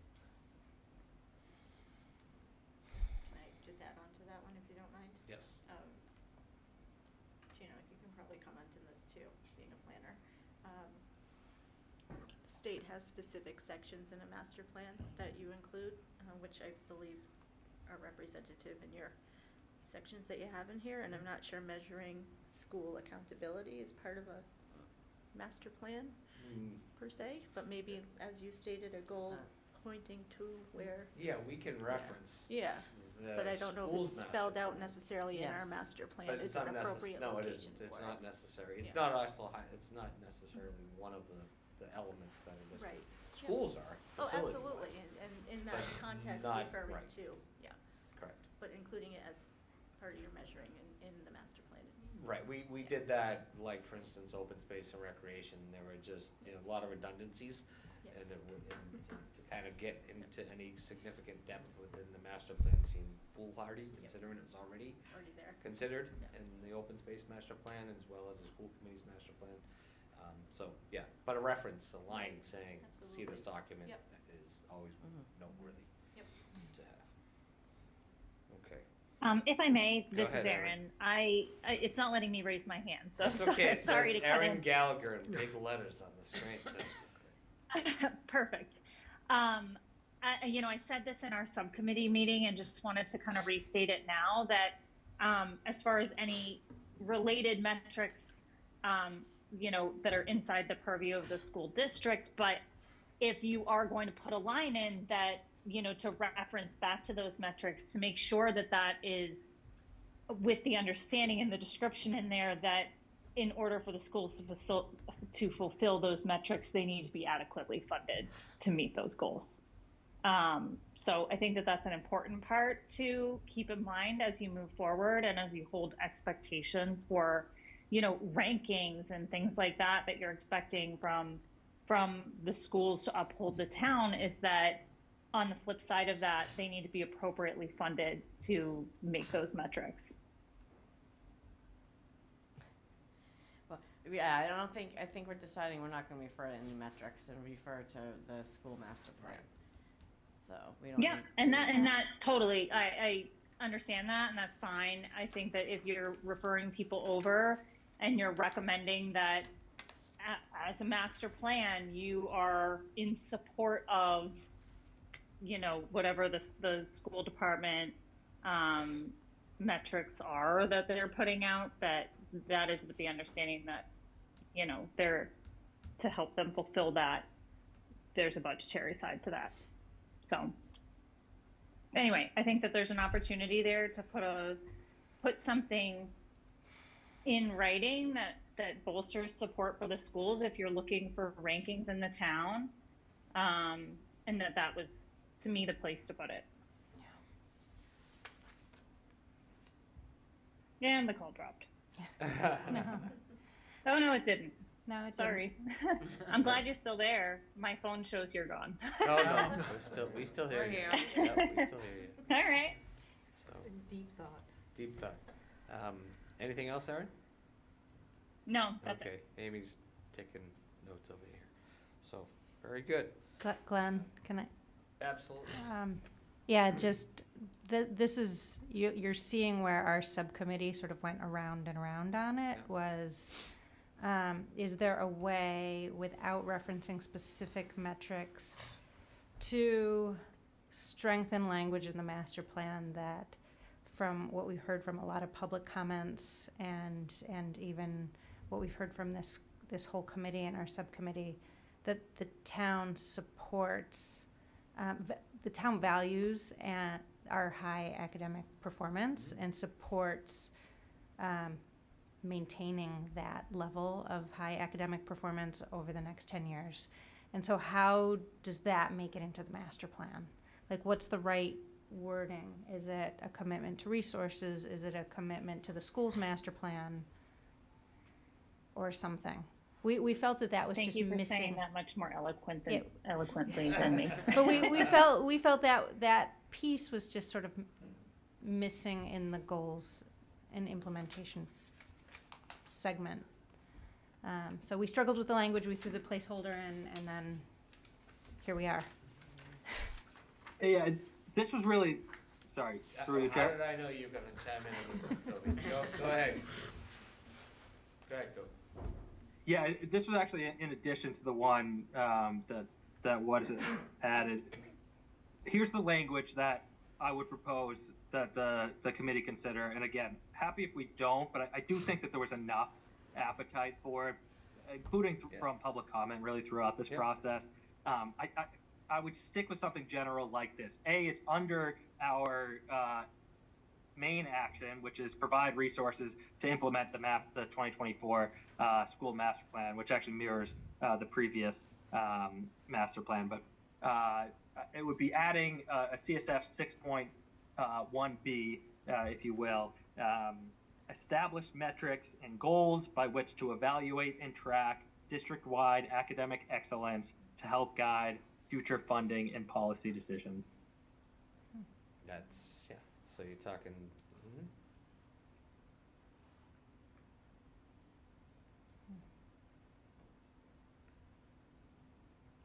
I'm okay with that. I don't think it's appropriate for the master plan to set metrics for a school department to measure. It's the reference to the school department's information is, and trust me, I'm not saying I don't support wanting to have great school systems and keeping, I think the wording was it, sorry, was it Amy that said, expectation, I think you might have said it too, that we have and continue to have, support of, sorry, the wording is escaping me now, what did you say? Continuing to maintain or improve our public schools and our services is more appropriate than setting metrics in the language from Kobe, just my opinion. I think, Mr. Chairman, I think, given if this is like their only goal, the school committee's not a real huge part of the master plan to kind of follow along the master plan. That's why I said if we wanted to reference something about the schools, I'd refer to their master plan, but, I think that would be To probably. be clear, It's fine. Go ahead, Kobe. sorry, we proudly build upon the expectations of the state to go deeper into the community services portion. We have an entire goal, as did the 2013 master plan, to ensure the superb delivery of public education from pre-K through adult. That's actually the same wording as the 2013 master plan. And we use that space where we appropriately did not get overly prescriptive and where we think the school department should head. But do think that the space exists. We are already using it. I don't think that this is a radical departure from anything there. Again, I would, the language I would put forth would be a sub-action under an action that's already there, under a goal that's already there. So, I don't think that this is anything new. It's really just, do we want to say something about school metrics or not?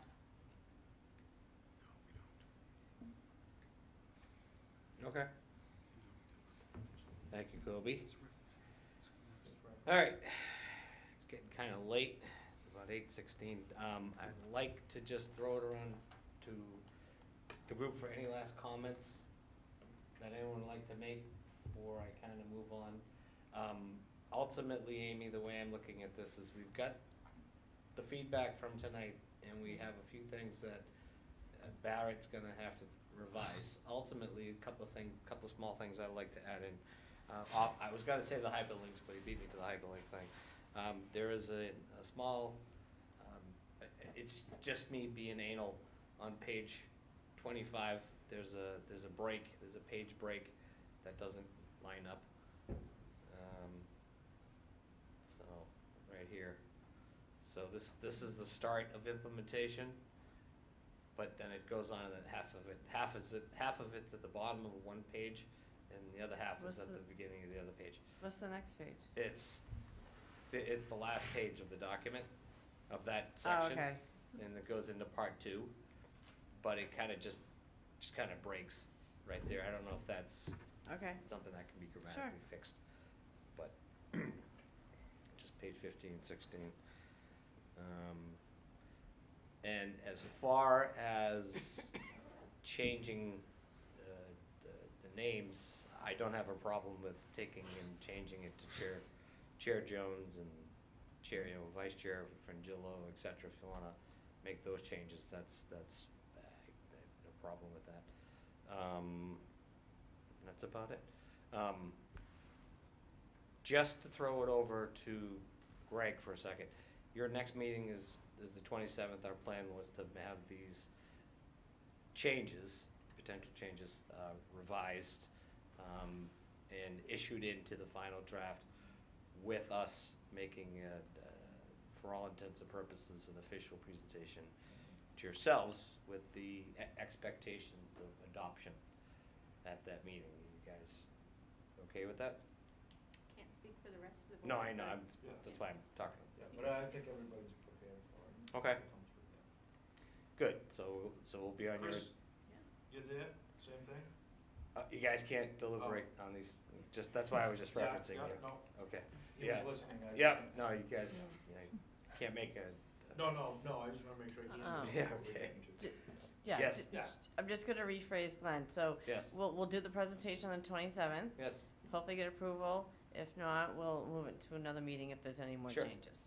So that's the way we'll at least get, it started. Just to note, it is a general business item, it is not a public hearing. So, Mhm. it'll be under general business. Do you wanna take care of that first? Yeah, we can talk later about it. Okay. I think, Amy, we should probably have, the current members, do a vote to accept, the final draft master plan as it is with, Your committee. yes, with the expected changes to come on the 27th. Or, because the fact of the matter is, we haven't yet had the opportunity to vote on this as an official final document with now with these pending changes. So what are your thoughts on? I mean, does the committee have to vote? But if they wanna vote, they I- can vote well, with that. I'll throw it You don't out- have to I'll vote throw to it out be, to you and when first. the vote goes to the planning board at the not end of the required. day. No, I know So, it's not required, but um, it's just, I call it just me being a clerk, it's semantics. Do you wanna vote on the document as is with the proposed changes? Well, I think the one open one is, are we adding a 6.1B that might have language about maintaining and we improving can- academic performance or not? It's a good question. Why don't we do this, Amy? Why Yeah. don't we do this? This is again, just me thinking. Why don't we set up a master plan meeting prior to the planning board meeting? So that we can vote on the document and officially approve the document before sending it after presentation to the Well, planning board? I think Or do you that not think with this these is- lists of changes. Yeah, We bring those changes to the planning board. And that's the discussion with the planning board. okay. I think at this point, this is their time to give the feedback, Mhm. and there's gonna probably be a few things they may not want in there. I Okay. mean, given, I know this committee's done an awesome job, and I don't think it's going to be much, but I think that would be something that I would make a list, Mhm. share with the committee, and then share with the planning board, of the items that we talked about tonight, and what should be changed and what should be added or removed. Fair enough. So, any other comments or input or any other feedback prior to me bringing this meeting to an adjourn tonight? Just awesome job. Thank you. Yeah, thank And you, yeah, everybody. so awesome job. Can we Gary. kind of, Kobe, was that you got a comment, Kobe? For what it's worth, I really liked your idea. I was trying to figure out how we get back and forth. It does feel like we should have some sort of final vote. I mean, we've been working on this through public hearings for, through public meetings for coming on 2 years Yes. now. And it does feel like there should be some Finale. final vote. If we're not able to do it now, I'd feel a little weird doing it before knowing fully what some of the changes might be. But I want to make sure that we're presenting a strong front to the planning board, not sort of at the end of all of this stumbling in and saying, hey, point us in the direction. We feel as though we've pretty fully vetted this document. We certainly appreciate their feedback at this stage and want to make sure that we're incorporating and deliberating on it, before presenting any final product to them. But I do feel as though we want to be presenting a final product. So for what it's worth, I wanted to express support for either a 30 minutes before, hey, let's get together and vote on this, or some, vote by proxy, where we say, here's the date, and we need your email response by said time. Those are the two things that came to mind for me. Emotionally, that would feel better, and I think it puts on a better front both for the public and Well, for if the it's gonna planning make board. Kobe emotionally feel better. Well, then- Kobe, I agree with you. So Amy, I think what I'd like to do ultimately, and again, what a short meeting will allow us to do is have the opportunity prior to the planning board meeting to make certain things have been changed, like for instance, the indigenous things, the changes that we proposed tonight, make sure kind of like, hey, we as a group have reviewed what's been discussed at the last meeting. We had an opportunity to kind of reflect upon them. Any last thoughts that might be on it prior to it going to the planning board that night to get their final input on it. But I agree with Kobe. So maybe if we could put together something, and I'll talk to you further about this later on a time prior to the planning board meeting for us to meet Okay. and discuss it. Sound fair? Mhm. Okay. All right. With that, Bruce isn't here, so. I'll take a motion. We can't Motion to adjourn. Second. Non-debatable. I need a second. I said second. There was a second, roll call vote. Gino, Yes. Rick, Yes. Janelle, Yes. Eric, Yes. Jen, Yes. Joe, Yes. Erin, Yes. Hamblin, yes. Frangillo, Yes. Jones? Yes. Yes, unanimous. Good night, everybody. Good job. Thank you, Beth and Ray.